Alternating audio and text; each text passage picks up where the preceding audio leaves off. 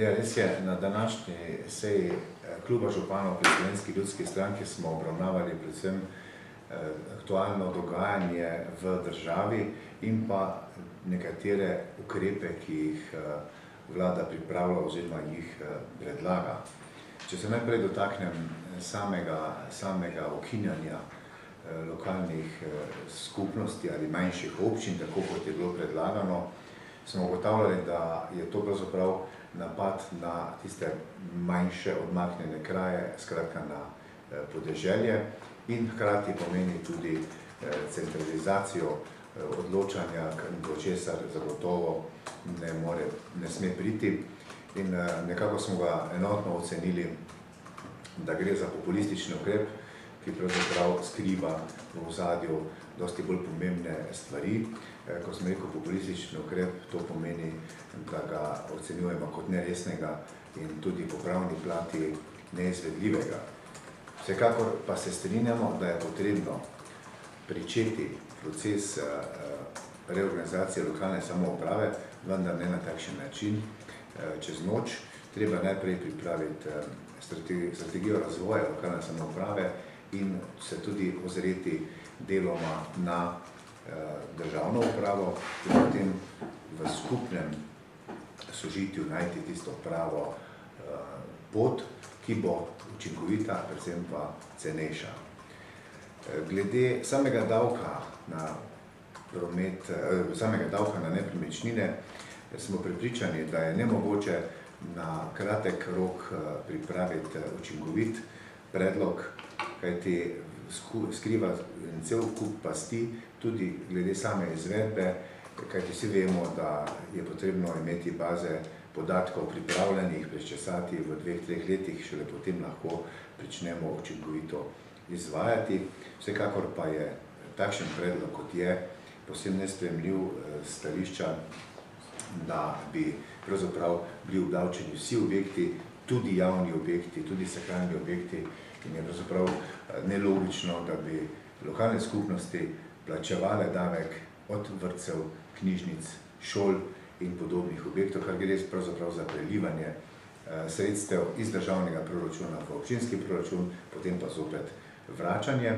Kar je pa še bolj bistveno, pa gre za to, da gre pravzaprav za skrivanje, prikrit vir dohodkov za državni proračun, ki bi se pa seveda izvedel preko pleč občin in na koncu koncev tudi na županov, kajti beležimo kar nekajkratno povečanje obstoječih zneskov, ki jih imamo po obstoječem nadomestilu za uporabo stavbnega zemljišča, in takšen način zagotovo ni dober, še manj pa je dober za kmete, za obrtnike, za podjetnike, kajti obdavčiti praktično njihovo osnovno sredstva nikakor ne gre.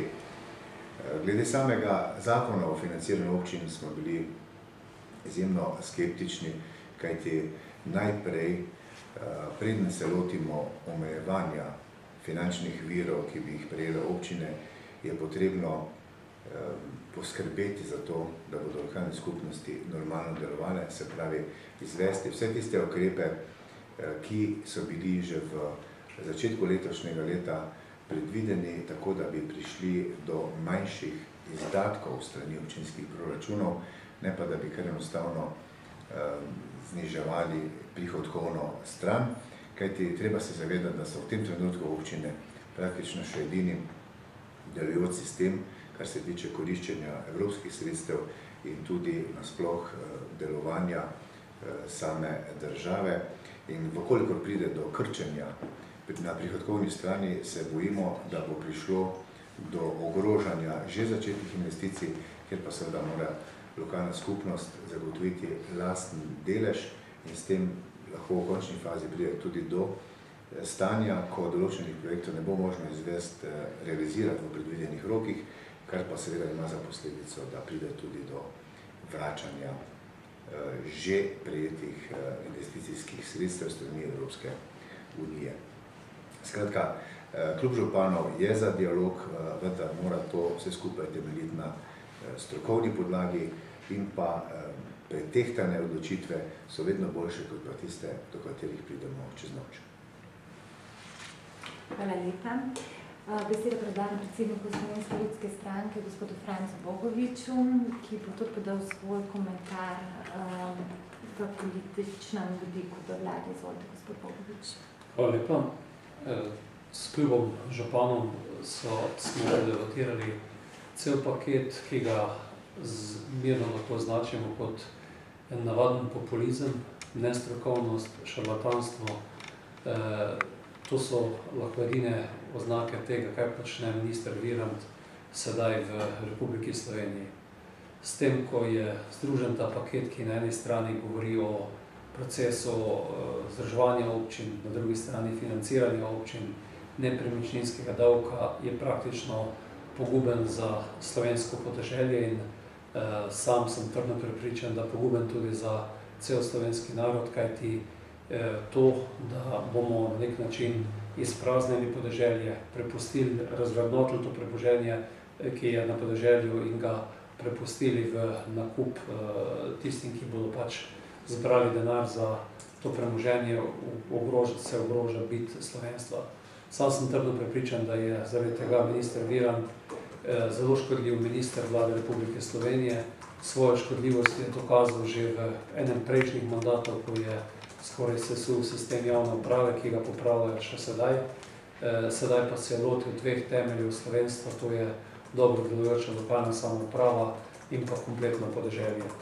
Temu je dodal sedaj še idejo o upravnih okrajih, s čimer še nadaljuje te svoje centralistične težnje in odmik tudi upravnih storitev od državljank in državljanov. Koncept države bi moral biti povsem drugačen, se pravi decentralizacija države, in mi vsi skupaj, tako lokalne skupnosti, ministrstva, politične stranke, morajo razmisliti o tem, kako bi prenesli več pristojnosti na nižji nivo upravljanja. In če to niso samo slovenske občine, kot je 211 slovenskih občin, v Slovenski ljudski stranki že dlje časa opozarjamo, da je koncept upravnih enot, ta teritorialni princip, ki je bil postavljen v 70-ih letih, ko so se zelo zavedali, kaj pomeni policentričen razvoj, dobra osnova, da ugotovimo, kaj prenesemo na skupne medobčinske uprave, da izvoljene občinske strukture upravljajo s temi območji in da se cela vrsta pristojnosti od sociale, prostora, gospodarstva, brezposelnosti prenese na ta nivo, ne pa da počnemo to, kar počne minister Virant, da v bistvu ukinja, če ne na formalni način, pa preko zakona o financiranju občin, slovenske občine in slovenske podeželje. V Slovenski ljudski stranki bomo naredili vse, da se to ne zgodi.